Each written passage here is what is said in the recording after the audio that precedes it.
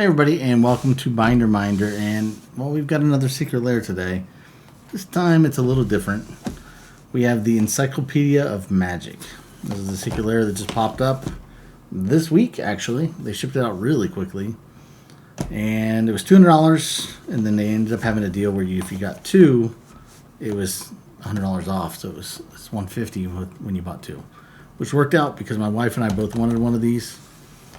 They announced some of the cards at the time, and then of course when at the launch time they finally released the rest of the cards.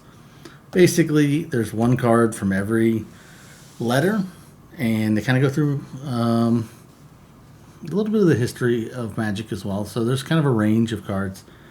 A few good cards that were announced initially, at least, like Phyrexian Arena and Urza Saga are in there, and then there's a bunch of other stuff. There's also one bonus card. And the big variable here, so the bonus card is going to be the same in every set, but most of the time, so a lot of the cards are going to be non-foil, but some of them are going to be foil, and then every once in a while there's going to be some halo foils. So what I've seen, at least from posts on Reddit, is most people are seeing 6 to 7 foils, give or take. And some people are not seeing any halo foils. Some people are seeing one. There's a few people I've seen post up with that they got 2 and 3 even. So it can be anything really. Obviously, the biggest hits are going to be a few of the cards like Urza Saga, Phyrexian Arena, and Field of the Dead, stuff like that. If we can find those in foils or preferably halo foils, that would really be the big hits. But I picked this up, even if I don't get any of those, I'm still pretty happy with what this ink has. So I'm going to dive in and let's see what it's all about. So it's supposed to be a little bit different than a normal lair. It's got a book. It's probably the coolest thing I've ever seen for secret lairs. So we have a 26-sided die that has every letter.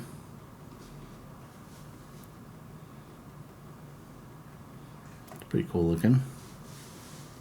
And then we have an Encyclopedia of Magic.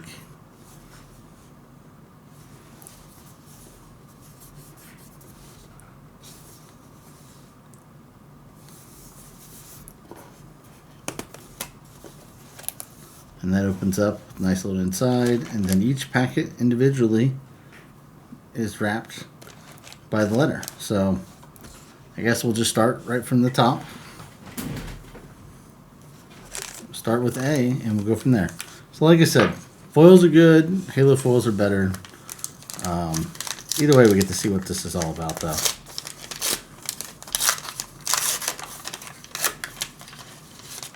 So A is Altar of the Brood, and that is non-foil.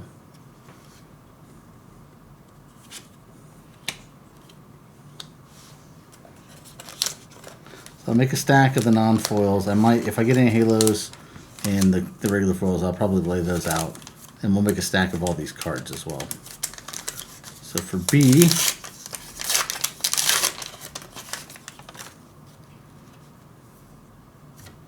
we have Brain Freeze, also non-foil. I think it's probably pretty good. So Altar of the Brood and Brain Freeze, not necessarily the biggest hits in the set.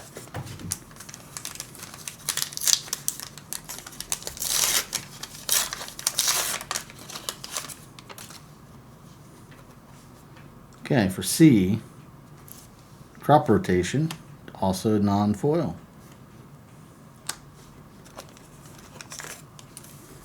So D, we already know what D is because they announced it. Technically, I've seen all of these at this point, but this is one of the cards that I was most excited about, even though it's not the craziest one.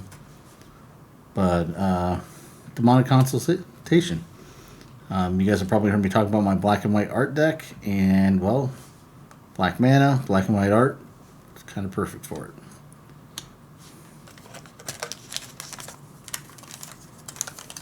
So next up we have E.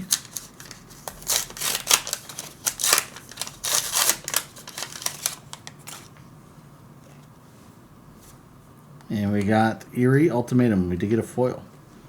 That's another one that I could. I mean, it is technically black and white, but it uses a lot of mana.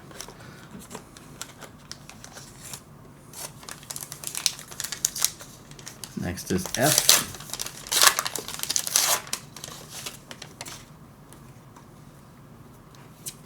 Field of the Dead, non-foil, unfortunately. This is one of the ones I would have loved to have seen in foil, but not only is this a great card, I'm glad to see this got a reprint because the special guest one is crazy expensive.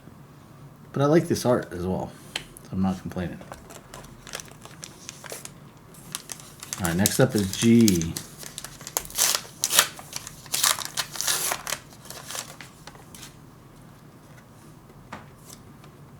Got a Gary, Gray Merchant of Aphasdale. I can never say it, but non-foil Gary. I mean, I'm not really getting a bunch of the foils. Assuming we get foils and maybe even get a halo, I think we're doing good to not get too many foils in these, to be honest. It might be a good indication later on, but we'll see. We have H. That is foil, and that is him to Torark or something like that. I don't really know what that one is. Not a great one to get in foil, but so one of the cards I was excited about was the Soul Ring. And I know a lot of people, there's kind of hit and miss. Some people don't like it, some people do. But I was a big fan of the Soul Ring. In fact, it's one of those that if I could just choose to run in every deck, I probably would. So we have I. And we've got Isochron Scepter, 80s. So you'll notice a lot of these, some of these are using artwork that's already been used in Secret Lairs. It kind of gives you the impression that they planned this out pretty far ahead. And when they were ordering some of this art, that they maybe ordered another art to add into it, like this Eerie Ultimatum and stuff like that. Or if you wanted to be skeptical, you could say that maybe they took regular Lairs and they pulled a card out. I don't know.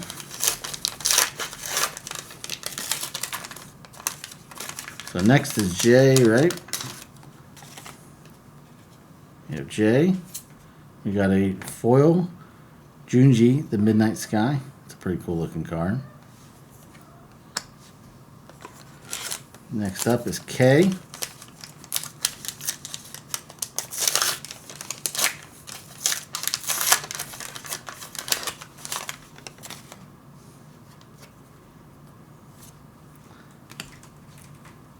Quark, Clan Ironworks. I can never say that one. Non-foil. This would have been a good one in foil, but I really do like this artwork. And this, so if you guys have seen my channel before, I like crazy artwork, and I know a lot of people don't, and I completely understand why a lot of people wouldn't, to be honest. But I like seeing a lot of options pop up with these. There's a few of these cards that there's 50 versions of, old school regular art and stuff like that, but there isn't a cool borderless or Secret Lair-ish style art for somebody like me who likes the goofy or the weird or the bright colors. So next up we have L. Llanowar Elves, and we did get a foil in the Llanowar Elves. Not too bad of a foil. Next up is M.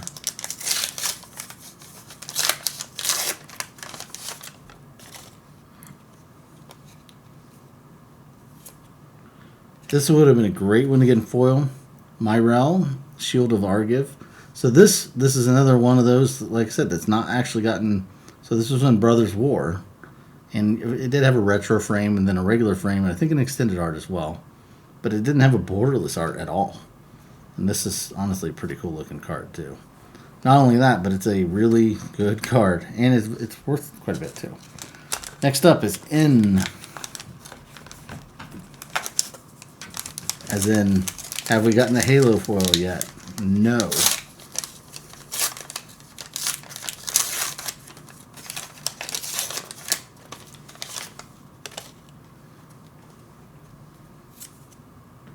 Narset's Reversal. It's See, I don't really like the art on this. I think this is kind of hard to read. I mean, it kind of comes off like a playing card, but not my preferred. Like, I like this style. I like this style. I like the crazy stuff, but I still like to be able to read it.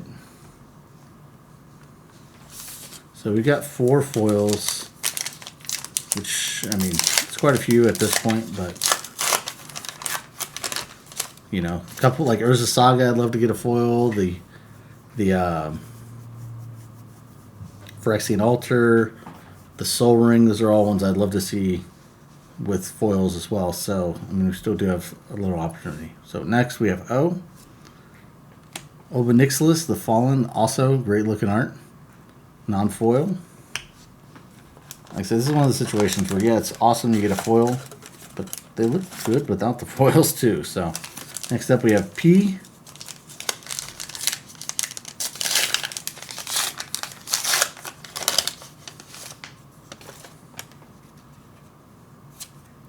No foil for the Phyrexian Altar. Womp womp. Still awesome looking card. And a really expensive card, really powerful card.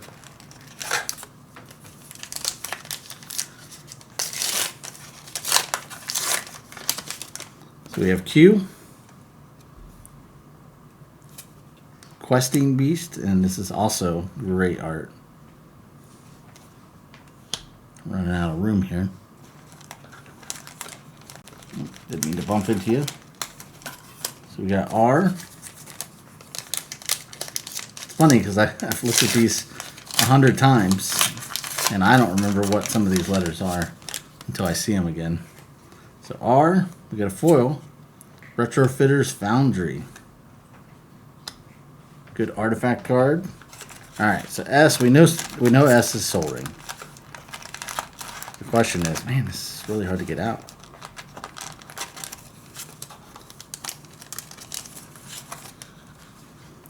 The question is how good is our luck? Do we get a really cool foil one? We have, what, 5 foils so far? So there's usually 6 to 7 foils, typically. Can be more, could be less. So Soul Ring, no foil. Still like the artwork, though. And somebody mentioned that every time they see this, they see Rammus from League of Legends, and now I can't unsee that.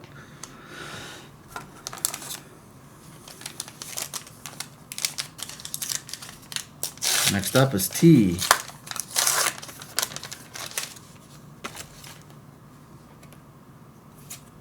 Well, we got a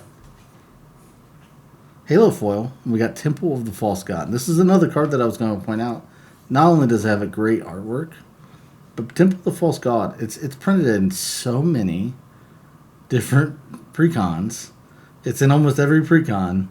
And it's never been printed in any sort of good artwork or extended art or borderless art or anything like that. So, like, if you wanted to upgrade the visuals on your precon but didn't want to necessarily make it stronger by removing Temple of the False God, because this is a card that a lot of people might take out, there's just never been an option for it. But Halo foil, though, I would have preferred it be on the next card, personally. But, you know, hey, I'm not complaining. We did get one. Alright, I gotta tip this over before I just destroy one of these. They did make a little thing to help pull them up, I guess. I should have just used that.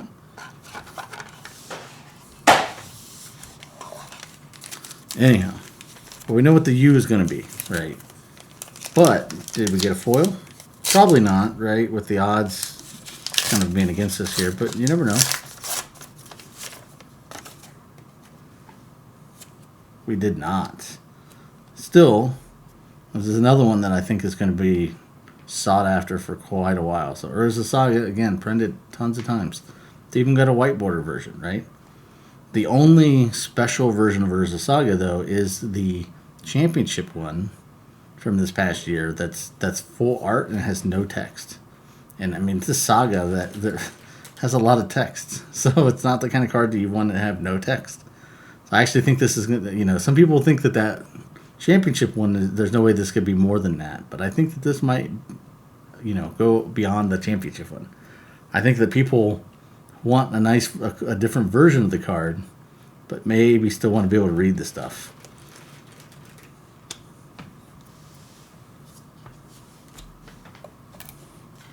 All right. I don't think there's anything crazy after this as far as like big hits or anything like that. But we got V.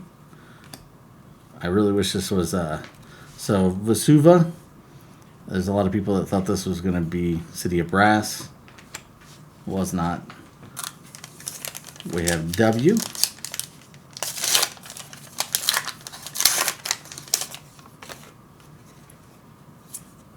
For Wasteland. Pretty cool. It's got, oh god, I can't remember his name now. There on it. And, man, it's going to bug me all night. No foil on that, though.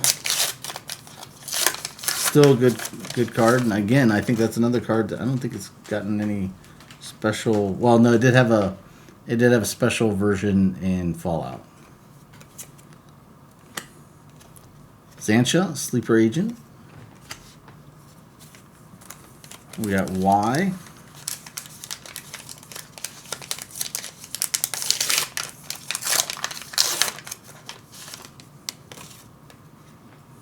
Got another foil.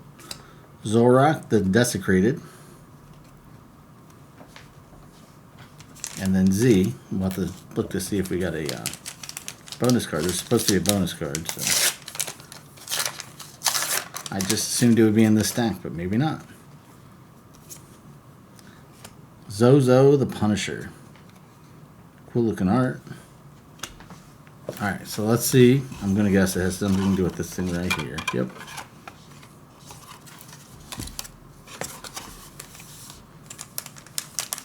Alright.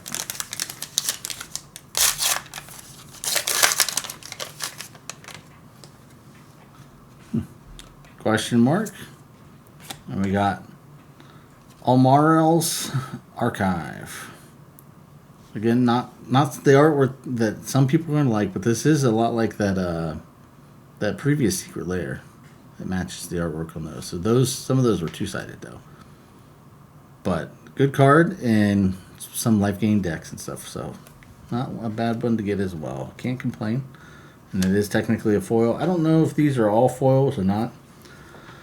As far as ours goes, though, it seems to be we're right there in the average, right? We didn't have any big hits. I mean, we did get a Halo foil one, but we didn't get a big hit on the Halo foil. And we got 1, 2, 3, 4, 5, 6 foils, which is not counting the bonus card, which is what I had seen to be about the average. My wife is going to open hers up. We'll do a different video on that one because there's so much to these in the first place. Plus, she'll take her time. Some of these she hasn't seen at all, so she's really going to enjoy digging through this stuff. But, yeah, I don't know. I mean, I can't complain. Like I said, Temple of the False God's probably not the best Halo to get, but it is also the only version of that card. So, I mean, not too bad. Ironically, it's probably one of those cards that if this sells for cheap, like the non-foil version of this, if this gets cheap on the market, I might pick up a few of those because I do think, like I said, I've got some decks that I wouldn't mind being able to swap them out. And I don't necessarily run the highest power level stuff. My stuff is kind of in the middle as far as power level goes. And I'll sometimes run Temple of the False God. I don't think it's, in slower games, it's not a bad card. But in fast games, it's a terrible card. So keep that in mind. It's not what you want to draw early in the game. It's not the ideal land for that. Anyhow, post up. Let me know what you guys think. Did you guys get one of these? Did you miss out with, as usual, the typical Secret Lair issues? Excuse me. Yeah, let me know. And what do you think of the artwork on these? Like I said, there's some of these that are definitely no-go for me. But there's a few of these that are great. And as far as value goes, especially at the $150 price point, I mean, Phyrexian Altar, the regular version of this is what, $60 to $70. Urza Sagas are like $37 for the base versions. Questing Beast it's got some value to it. Quark Clan Ironworks always got value. Field of the Dead value. Demonic Consultation. I mean, there's definitely a few of them in there that are valuable. I'll tell you what. As far as my foils, I did not get any good foils though, did I? But yeah, I mean, I don't think we did too bad. And there's some art here I really like. Like I said, that Soul Ring I love. And I know people complain about Soul Rings being available in Secret Lairs, but I mean, have you ever priced a Secret Lair Soul Ring? Like, unless you get the worst ones, the absolute worst ones, the ones that are not sought after, they're still worth like 2 to 3 times what a regular Soul Ring is worth. And most of these, some of these are selling for like $70, $80 or more. You know, I mean, that's crazy for a card that the regular version is $1, $2. I don't know. Anyhow, next video you guys will see from us will probably be another one of these, right? Unless I do a mail day, which I do have a stack of mail sitting here. Yeah. Till then, though, this is Binder Minder. As always, thanks for watching. To put us in your binder, like I'm going to do with all these cards here in a minute, just like and subscribe. Ring the bell to be notified. And you can catch us on our social media, which is down in the description below. I don't post too much up on there, but, you know, I do post up our shorts and things like that. And if you start interacting with me on there, I'd be happy to post up more there. I just, you know, we don't have a lot of followers on some of our social media, and so there's not really any big reason for me to push for it. Either way, though, I hope you guys have a great day. We'll see you soon. Bye.